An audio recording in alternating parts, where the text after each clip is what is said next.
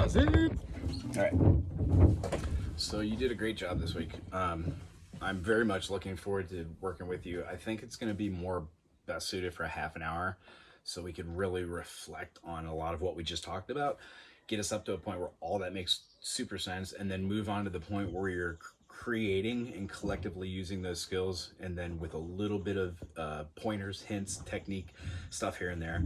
I most likely will just be playing chords underneath you and watching your style technique, suggesting ideas, finger movements, different techniques to get to a point where those just become easier, second nature for us. Okay, what I was trying to go over was the basic start to the music theory. So what we do is we don't really talk about much technique, which will come from you playing your favorite bands, but it does come down to using the right fingers on the right fretting.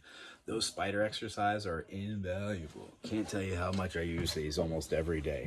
So I like to show the first finger, second finger, third finger, fourth finger, just so in a couple months from now we could do like a 1 2 3 4 1 2 3 4 1 2 3 4 1 2 3 4, maybe back down, and then do maybe 3 4 2 1.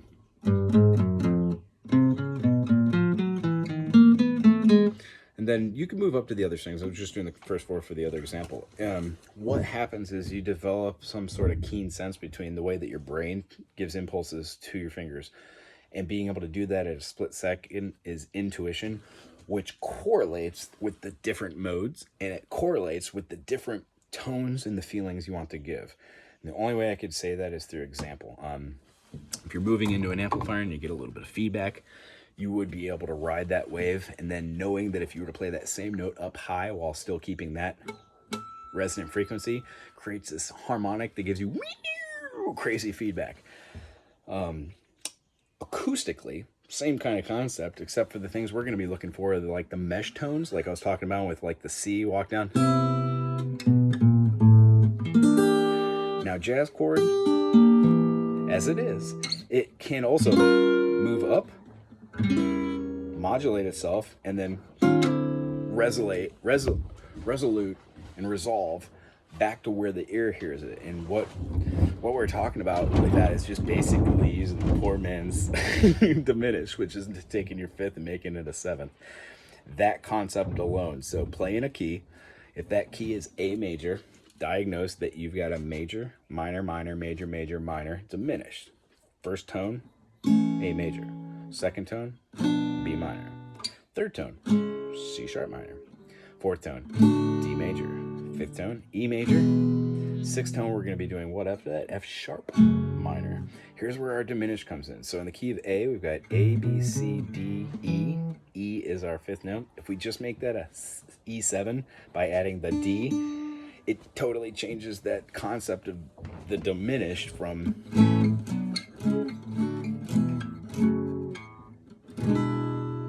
it resolves right back into it. It's an easy way to do it. But knowing what we just talked about, if you were to take A and say, I want my seventh tone is always going to be a diminished. So if I lead that and go A, B, C, D, E, F, G, well, in the key of A, there's three sharps. One's F, one's C, one's G, right? So it's G sharp, which we just played.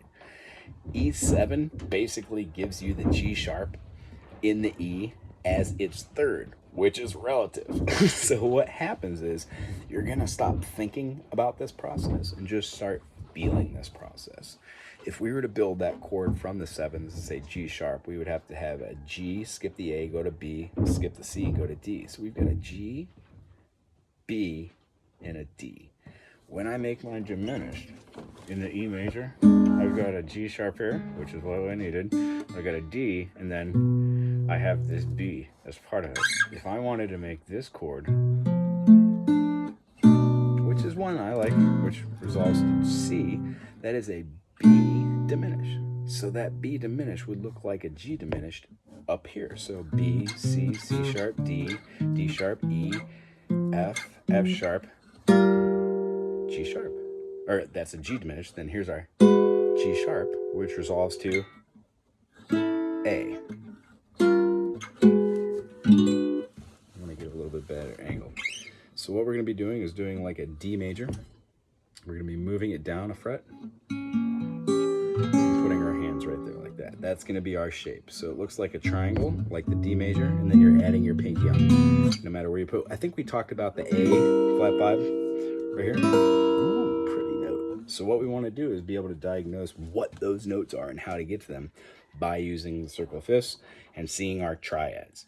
We will work on just the major triads, but I would suggest for the lesson this week is maybe choose your C major and your G major and go through those and diagnose what your C, D, E, F, G, A, B, and then C again. What correlation those have to your modal structures. In the key of C, C naturally would be Ionian. D would be Dorian. E would be Phrygian. F would be Lydian. G would be Mixolydian. A would be Aeolian. And then we have our B diminished as a Locrian. Those notes that are in there, when we talked about, the last thing we talked about was 2 different modes for the diminished modal structures. One is a whole step, half step, and the other is the opposite, half step, whole step. So if you're in a mode like this, you could do a, which gives it a very distinctive kind of feel. You could augment that. You could bring it back to another note and resolve it into your fifth if you want. If you move that tone and you don't start with the half step first, and you start with the whole step, it still resolves in a manner where you get the same idea of that diminished, but it doesn't make the ear think whole tone, okay? Or a half diminished kind of half tone. Whole tone would be, let's say, starting at G would be G, A, B, and then you would skip up to the next string, but you wouldn't start over the same fret at the C. You'd start at the C sharp. Do that every string, which thusly gives you that whole tone feeling. Of course, because the B is a half step down right there, we're gonna have to jump up 2 frets. So the whole thing is gonna have a switch about right here, where you go to the 8th fret and start that same process. Let me see if I can get a better angle here. So these, everything that we do, these modal structures, for the basic 7, and then when we get to Aeolian, we're working on the 7 distinct modes of the minor. Each one of these will be done in patterns. And the easiest way to describe these patterns is it's going to be like the spider patterns that we're working on. But with Ionian, you're going to make sure that you know exactly where your major 7th is, that B in the key of C. The key of G would be F sharp, so on and so forth. C sharp in the key of D.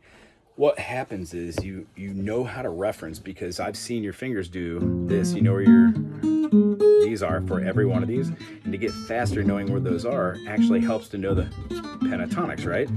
Same way with all the modes. If you do C, D, E, F, G, A, B, C, and then you start with your secondary and you just do all of your modes like this, all you're basically doing is adding tone after tone, in your brain remembers do do do do do do do do do do do do do, and that's great if you're playing a specific song like Zeppelin. In the days of my youth, I was told, or what is it? Immigrant Song. It has A major.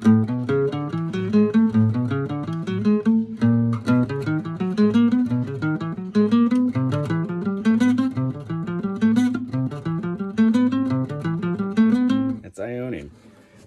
To get really fast with that, you can try doing a 1 2 3 3 4 1 2 3 2 3 4 2 3 5 3 4 5 2 3 4 3 4 5 2 3 4, and get the idea of moving your fingers up and down in between those. And then when you're done with the 1 2 3 1 2 3, try 1 2 3 4 2 3 4 5 1 2 3 4.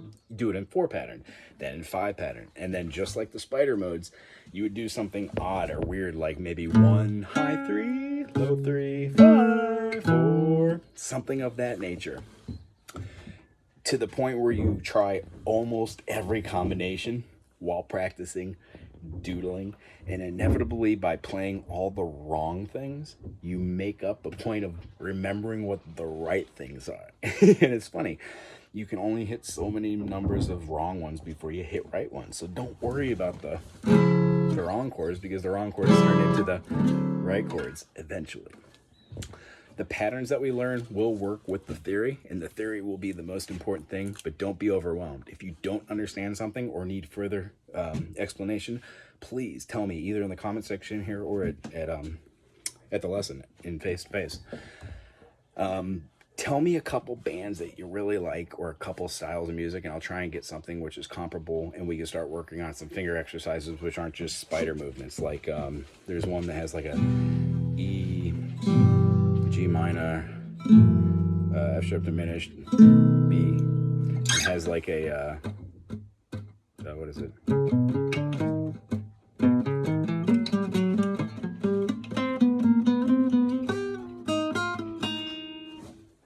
Has like all these chordal movements. I think it's called a toca de fada. I've been working on that with another student. It seems to be really fun. I'm gonna pull out a couple of things like finger pieces so we can analyze a little bit of classical music, maybe some heavy metal, if you're interested in that.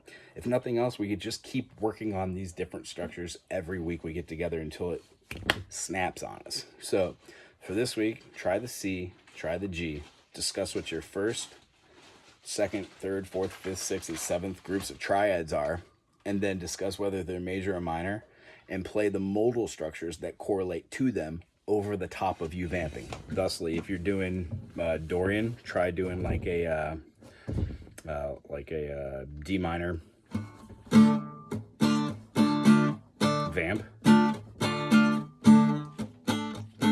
then maybe scoot it up to E minor. And you can make your own backing track if you want. Once you do that, you'll be able to hear the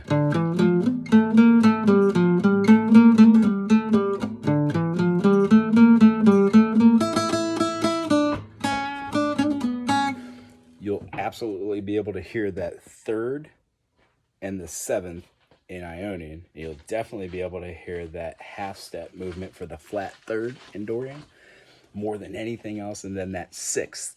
And then those are the points that we will talk about in the mode structures on how to utilize those in your guitar playing while being conscious of the chords that they're surrounded in. I hope you enjoyed our first lesson together. Really looking forward to seeing you next week. And I do have a question for you that I will give you a text or a buzz, but I'm wondering if maybe since we're going to be switching to a half an hour, if we could switch your time to earlier, if nothing else, just for next week. I've got a student which is leaving Hawaii. She has 2 more lessons left, and it would be nice to do it in an hour booking. The only hour booking that I really have is the one that we possess, and if we're not going to be doing that hour booking, it'd be nice to move your slot back maybe a half an hour or an hour to get a half an hour lesson and give her that hour, and then that's open for you if you'd like to have either one of those slots or all. Either way, I really enjoyed meeting you. I'm looking forward to our journey together, and buzz me or put in the comment section any question you have, and I'll get back to you. Aloha.